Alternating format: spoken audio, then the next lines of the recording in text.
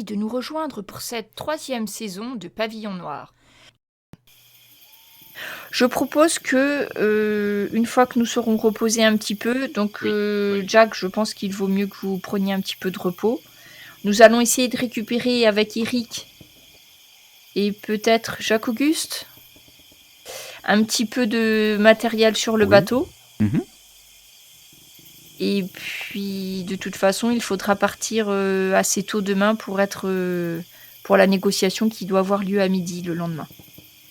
Je crois que vous aviez mis une bonne demi-journée. Hein.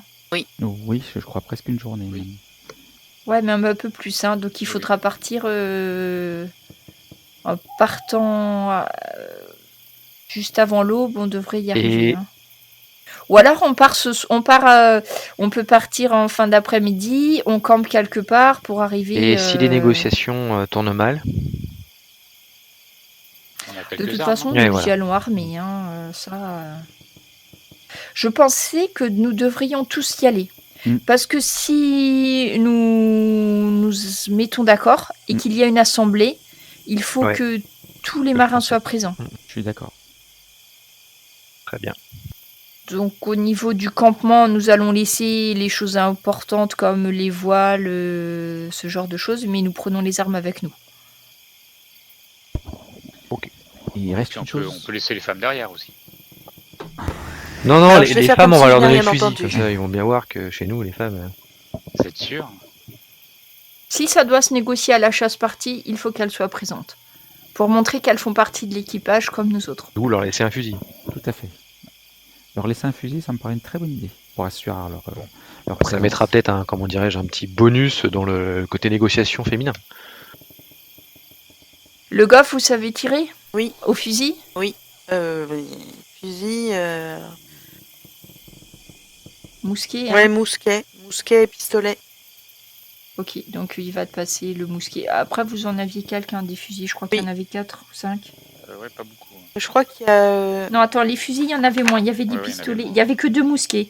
Donc, ouais, j'en avais un. Eric et moi, je crois. Eric, un mousquet. Après, s'il y a quelqu'un qui sait mieux tirer, je lui laisse. 3, je crois. Il faut que ça soit toi qui le porte et si jamais il y a besoin de s'en servir, effectivement, tu le donneras éventuellement à quelqu'un. Après, pistolet, je crois que c'était bon par contre. Hein. On avait récupéré même assez de poudre pour les pistolets. C'était bon, mais il y avait des haches aussi. Donc le charpentier, lui, il va passer une hache à la ceinture. Ça sera c'est bien. Pour négocier, ça aide. Il est prêt, il est chaud. Donc là, pendant la journée, ceux qui veulent aider à récupérer... Non, moi je me repose. Pendant qu'on récupère, est-ce que j'en parle avec Bastien et mes compagnons, est-ce qu'on quand même on met dans la confidence les autres, nos marins sur l'histoire on leur a pas dit? Oh. Je pense que ça va venir sur la table de toute façon, d'une façon ou d'une autre, donc autant les mettre dans la confidence. Voilà, ce qu'il vaut mieux pas les avertir en avance, histoire d'avoir au moins confiance. Je pense, leur confiance. Bien que je regrette de dire ce genre de choses. Maintenant, on n'est peut-être pas obligé de tout leur dire. Dire qu'on a trouvé restons un peu vagues quand même, hein, du mystère, et puis comme ça, on leur dit pas où c'est, et puis comme ça, ils sont obligés d'être gentils avec nous tout le temps jusqu'au bout pour... Ouais, ok. Donc vous profitez que vous êtes à peu près tous rassemblés. Donc il y a le charpentier, le grand François et Joe. Et puis les 2 gamins, Jean-François et Rose, qui sont apportés. Et donc vous décidez de leur parler des pierres précieuses. Tout à fait. Du trésor, hein, voilà. Les indigènes, ils avaient un trésor. On leur a juste gentiment, on s'est servi. Et non, on l'a laissé sur place. Enfin, oui, j'en parle pas. Et donc, voilà. Et les questions, si on arrive à ressortir d'ici, on partagera à parts égales. Ah, et donc vous avez... Manu, il vous écoute, mais oui, il trouve ça bien un trésor, mais tu vois que... Lui, il pense plus au bateau qu'il va devoir réparer et machin, donc il va même pas interrompre ce qu'il est en train de faire, à savoir remettre en état les outils qu'il a récupérés et tout. Il hoche la tête, il dit eh bien oui, si au moins nous aurons de quoi négocier, mais pas plus que ça. Par contre, le grand François et Joe, il vous regarde avec, il se lève d'un bond, il vous dit ah oui, et donc vous avez ramené quoi? Enfin, vous avez trouvé quoi? C'était des louis d'or. L'autre il le pousse, mais non, ça devait être des ducats. Enfin, ils ont dû trouver des coffres et des coffres de pierres précieuses. Mais on va être riches, on va pouvoir. Hop, hop, hop, là, on se Et puis, calme. il Hein. commence à, tu vois, il commence. Ouais, on va pouvoir. La prochaine fois, je pourrais passer mais une semaine entière chez la belle Jeanne. Tu te rends Oh pas là compte? là là là, non mais payer la Semaine, mais un an, oui, chef. et calmez-vous quoi, calmez-vous. Je vous rappelle qu'on est encore sur une île Oh déserte, là avec là, aucun moyen d'en poup, poup, partir. poup. Hein. On se calme messieurs. Mais c'est quand même bien d'être pirate, hein, en fait. Hein. On gagne vachement plus d'argent en étant pirate. Hein. Moi, je veux devenir pirate. Et puis, il y a même Jean-François qui dit ouais, moi aussi, je trouve que c'est bien, pirate. Eh ben si ta mère elle t'entendait. Enfin si ta tante t'entendait. Il parle plus, du coup, tu vois.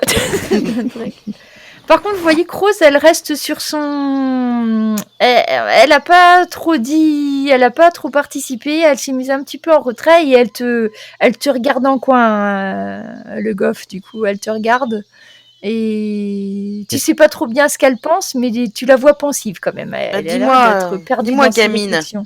qu'est-ce qui t'inquiète? T'entends pas là, tu parles pas, t'es pas contente toi qu'il y ait un trésor qui ait été trouvé? Ouais, ben, c'est bien, un trésor, tout ça, mais quand on n'a pas de tempête, quand on n'a pas de naufrage, quand on n'a pas de tout ça, parce qu'en fait, ce qui compte, finalement, c'est d'être vivant. Hein. Ah, je suis d'accord avec toi. Mais bon, justement, faut tout faire pour rester en vie.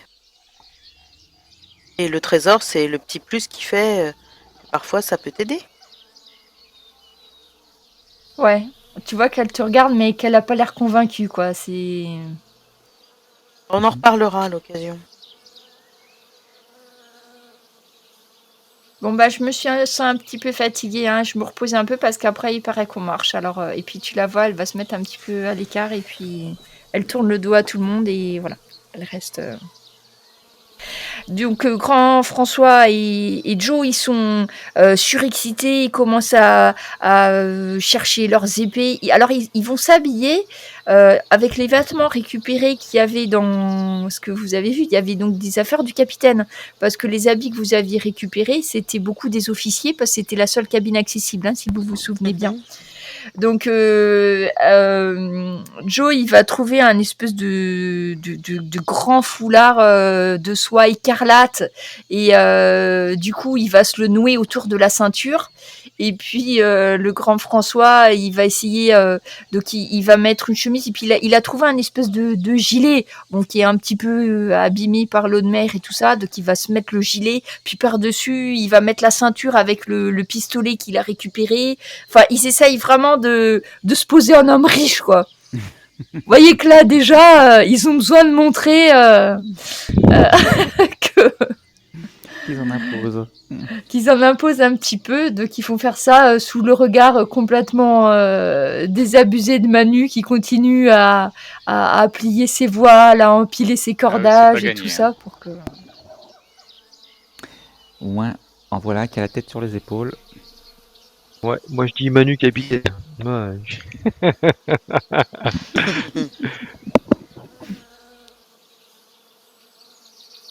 Celui qui va aller récupérer, donc Manu, il va aller récupérer des trucs. Vous n'êtes pas obligé d'y aller avec lui.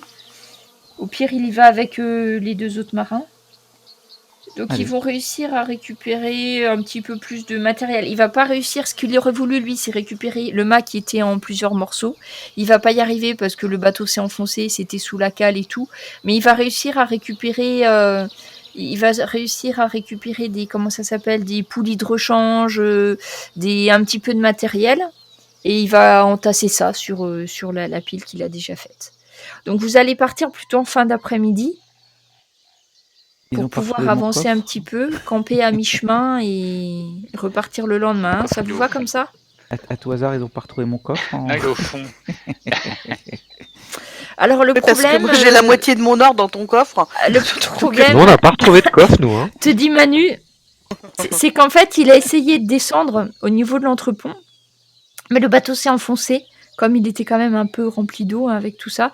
Et ce qui était accessible, c'était vraiment les parties superficielles. Donc, si vous vous souvenez, l'endroit du charpentier, c'était du côté de la coquerie, par là. Mhm. Donc, c'était la partie, puisque c'est la cabine du capitaine qui s'est enfoncée, c'était la partie un petit peu plus haute. Mais après, il vous a dit qu'il y avait vraiment trop d'eau et tout. Donc, ils n'ont pas pu faire grand-chose, surtout qu'il y avait encore des requins qui traînaient à côté. Donc, ils ne sont Ouais, pas ce restés songe, très très longtemps. Je reste nostalgique sur mon joli coffre qui repose au fond de l'eau. Avec tes initiales. pour dans, tu vois, dans 40 ans ou C'est vrai 100 qu'il aurait ans été ou 200 utile. ans à venir. Et oui, ça se trouve, Jacques-Auguste. Hey. Dans quelques années, on Oh. cherchera ton coffre. Mhm. On va savoir. Oui, mais bon, là, il n'a pas besoin, là. Il y avait, je sais pas, une centaine de pièces d'or à tout casser dedans. Bah, plus les miennes, surtout. Plus les miennes. Mais maintenant, c'est inutile, ça représente plus rien. Tu seras peut-être connu comme un très grand chirurgien. Moi, je rigole un peu. Hein. Ah oui, d'ailleurs, Jacques-Auguste, ils ont réussi à récupérer une mallette de chirurgien. Donc, t'as même, tu hérites, hein, puisque tu es officiellement le chirurgien, le seul vivant en tout cas. Et donc, c'est un petit peu, c'est une espèce de sacoche, mais bon, elle a pris un petit peu l'eau et tout. Mais à l'intérieur, tu arrives à récupérer 2 scalpels. Purée, des Bon, tout ce scalpels. qui était charpie et tout ça, c'est inutilisable. Mais tu réussis à récupérer 2 scalpels, une espèce de Un choix de Une scie, trépan une scie scie, normalement. et Même pas une besoin. scie et un trépan, tu sais, pour Oh, faire purée. les trous Oh, dans la purée. tête quand. Bah oui, pour Très très important. Et Aucun et mot de donc tête. tu as les outils de base du chirurgien, hein, donc évidemment la scie aussi, Mhm. et aussi une espèce de grosse aiguille pour faire les saignées. Ouais. Ouais, bon, avec ça, au moins ça donnera le champ. nous l'a sauvé.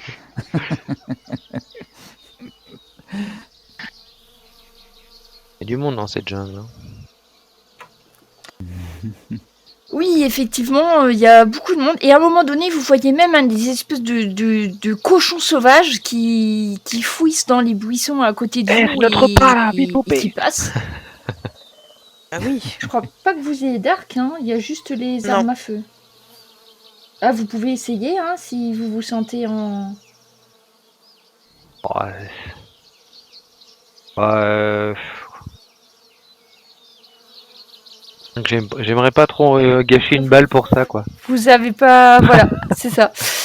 Ok.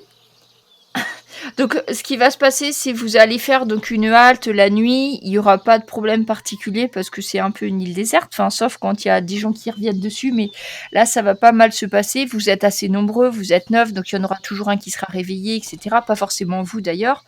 Vous arrivez à vous reposer pas trop mal, en fin de compte. Vous avez eu quand même à manger entre les fruits et ce qui vous restait du bateau.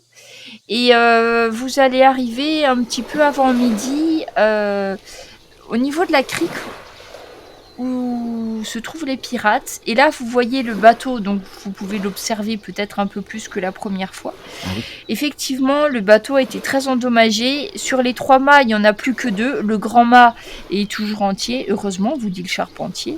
Mais par contre, le mât de misaine, il a été fracturé au tiers. Donc déjà, il n'y a plus que 2 mâts. Donc ça se manœuvre, mais ça sera plus compliqué. Et avec les moyens de bord, c'est difficile de réparer, à moins qu'ils aient un mât de rechange. Mais le charpentier vous dit que on arrivera à manœuvrer, mais qu'il faudra rejoindre l'île la plus proche de façon à faire une véritable réparation. Là, ils ont pas de quoi repartir, de toute façon. Dans l'immédiat, l'estimation du charpentier, c'est que faudrait quand même au moins 3 ou 4 bons jours de boulot, il pense, pour pouvoir partir. Il faudrait pas qu'il y ait de mauvais temps. Hein. Et refaire un mât, ça prendrait beaucoup de temps, avec les arbres et tout ça qui a... Ouais, parce que là, en fait, tu vois, ce qu'il y a comme C'est arbre, pas... pour la charpente de marine, faut que ça soit des chaînes. les sections des mâts, c'est quand même assez imposant. Et il faut que ça soit pas du bois vert. vois, si tu coupais un tronc maintenant, le bois vert, il va se plier, il va se fendre. Enfin, il sera pas. On pourra pas mettre des voiles dessus. Enfin, le charpentier va te faire tout un cours Intéressant, hein. sur le choix des essences propices au mât, etc. Mais surtout, ce que tu vas en retenir, c'est qu'en fait, du bois frais, en fait, qui vient juste d'être coupé, c'est pas possible. Vaut mieux rien mettre plutôt que de mettre un mât qui va se plier, qui va bouger, qui tiendra pas au vent, etc., etc. Ok. Quand vous arrivez en vue du campement, vous voyez il y a un feu. Donc il y a un gros feu qui se voit de là où vous êtes. Et je devais même avoir la plage quelque part. Et puis vous voyez qu'il y a une espèce de sentinelle, un des hommes qui est là à surveiller un petit peu ce qui se passe autour, de votre côté en tout cas. On Le approche campement, prudemment, mais tous ensemble. où ils ont allumé un feu. Oui, bah oui.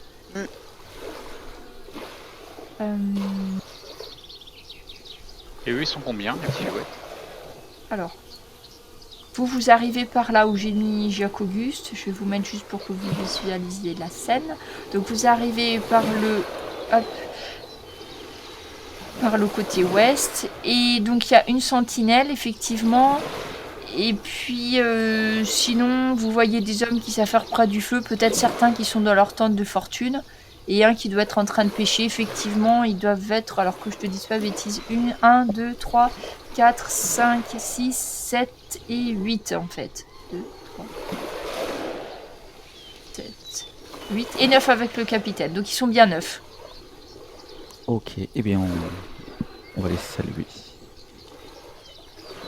Allons les saluer. Allons-y. Allons-y.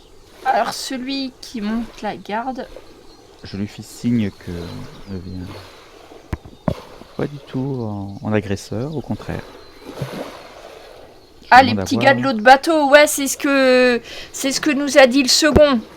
Bah on a fait du feu là et puis on a chopé quelques cochons. Hein. Mhm. Est-ce que ça Vous veut allez dire... nous en dire que du bien, ça. Vous allez voir. Hein. On a plus de coq, mais on a Antoine Couturier. Il sait vous faire un cochon. Vous allez m'en dire des nouvelles. Ça va être vraiment pas mal. Bah allez-y, le capitaine et le second vous attendent là. Vous pouvez aller près du feu. Et puis moi je reste là pour l'instant parce qu'on a eu encore des sauvages qui sont venus nous attaquer cette nuit là et ils ont essayé de nous piquer des affaires encore. On en a battu 2 mais ils ont pas peur des armes à feu hein, les bestiaux hein. On les a Ah ouais. croisés aussi. Et donc, quand vous arrivez à côté du feu, donc vous voyez un homme un petit peu ventripotent, nous allons le dire comme ça, coiffé d'un magnifique chapeau à plumes, et on dirait pas du tout qu'il a fait naufrage parce que ses vêtements sont impeccables.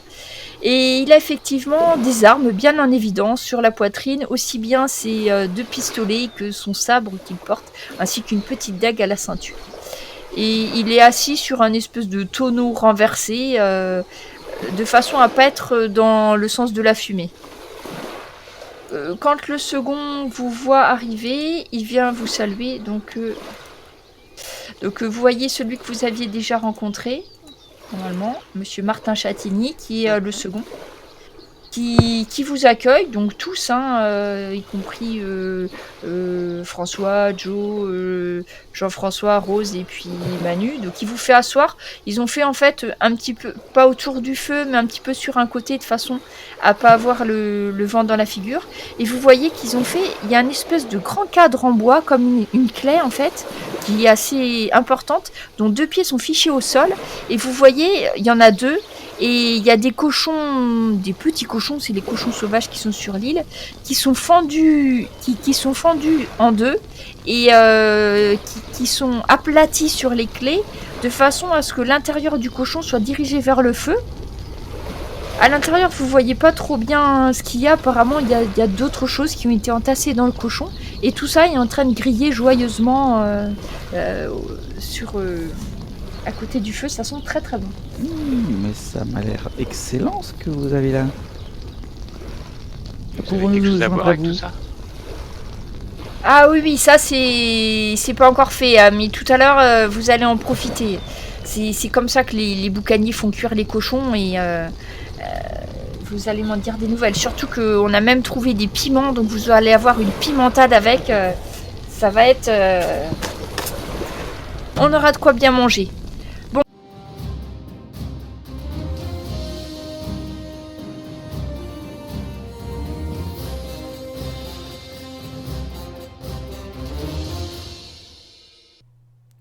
Merci de nous suivre sur le podcast de Pavillon Noir. Vous êtes très nombreux et nous vous remercions de votre fidélité. N'hésitez pas à vous abonner et à en parler autour de vous.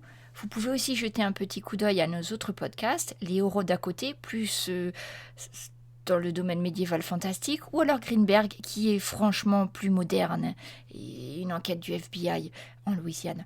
Vous pouvez nous retrouver aussi sur Twitch, où nous faisons des parties live, notamment les parties de vampires en ce moment, et nous avons commencé la campagne de Cthulhu, les 5 supplices. Et comme nous sommes aussi sur la chaîne YouTube, vous pourrez trouver sans aucun doute votre bonheur. Nous enregistrons depuis quelques années déjà nos parties. Certains d'entre nous sont MJ, puis joueurs, nous nous alternons, d'autres ne sont que joueurs. Voilà pour cette petite annonce de fin de podcast. N'hésitez pas à nous chercher sur Internet. En tout cas, merci et merci encore de nous suivre si fidèlement.